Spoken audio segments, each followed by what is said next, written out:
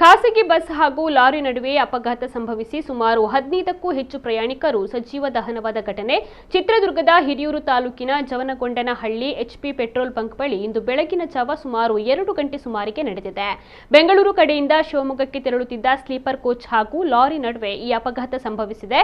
ಅಪಘಾತದ ರಭಸಕ್ಕೆ ಸೀಬರ್ಡ್ ಖಾಸಗಿ ಸ್ಲೀಪರ್ ಕೋಚ್ ಬಸ್ ಹಾಗೂ ಲಾರಿ ಬೆಂಕಿಯ ಕೆನ್ನಾಲಿಗೆಗೆ ಸುಟ್ಟು ಭಸ್ಮವಾಗಿದೆ. ಸ್ಲೀಪರ್ ಕೋಚ್ನಲ್ಲಿ ಸುಮಾರು 32ಕ್ಕೂ ಹೆಚ್ಚು ಮಂದಿ ಪ್ರಯಾಣಿಸುತ್ತಾ ಇದ್ರು. ಲಾರಿ ಚಾಲಕ ಕೂಡ ಬೆಂಕಿಗೆ ಆಹುತಿಯಾಗಿ ಮೃತಪಟ್ಟಿದ್ದಾರೆ. ಸ್ಥಳಕ್ಕೆ ಹಿರಿಯೂರು ಪೊಲೀಸರು ಭೇಟಿ ನೀಡಿ ಪರಿಶೀಲನೆಯನ್ನು ನಡೆಸ್ತಾ ಇದ್ದಾರೆ.